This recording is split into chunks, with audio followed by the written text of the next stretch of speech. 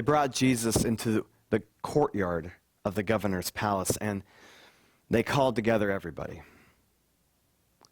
They clothed him with a purple cloak, and weaving thorns into a crown, they stuck it on him.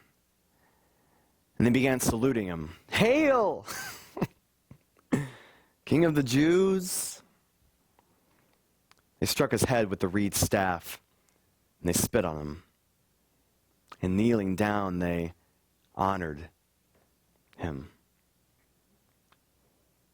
When they had finished mocking him, they stripped the purple cloak off of him and put his own clothes back on him and led him away to crucify him. They compelled a passerby coming in from the country to carry his cross. It was Simon of Cyrene, the father of Alexander and Rufus. They brought Jesus to the place called Golgotha, which means the place of the skull. And they offered him wine mixed with myrrh, but he wouldn't take it. And they divided his clothes among themselves, casting lots to see who got what. It was 9 o'clock in the morning when they crucified him. And the inscription of the charge against him read, "This is the King of the Jews?" With him they crucified two bandits, one on his right and one on his left. Those who passed by derided him, shaking their heads and saying, "Ha! You who would destroy the temple and build it up in 3 days? Save yourself and come down from the cross." In the same way, the chief priests, along with the scribes, mocked him among themselves, saying, "He saved others, but he can't save himself. Let the Messiah, the King of Israel, come down from the cross now that we might see and believe." And those who were crucified with him also mocked him.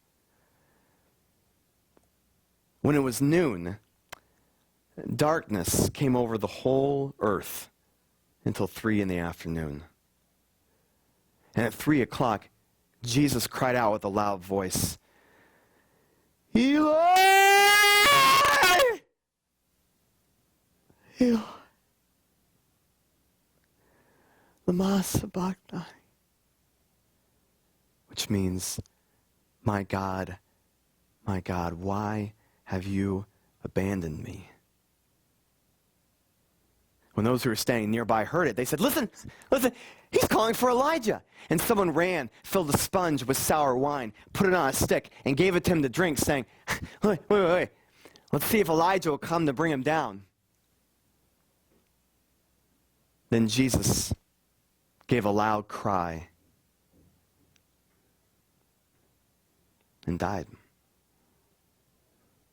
And the curtain of the temple was torn in two from top to bottom. Now when the centurion who stood facing him saw that in this way he died, he said, "Truly, this man was God's son."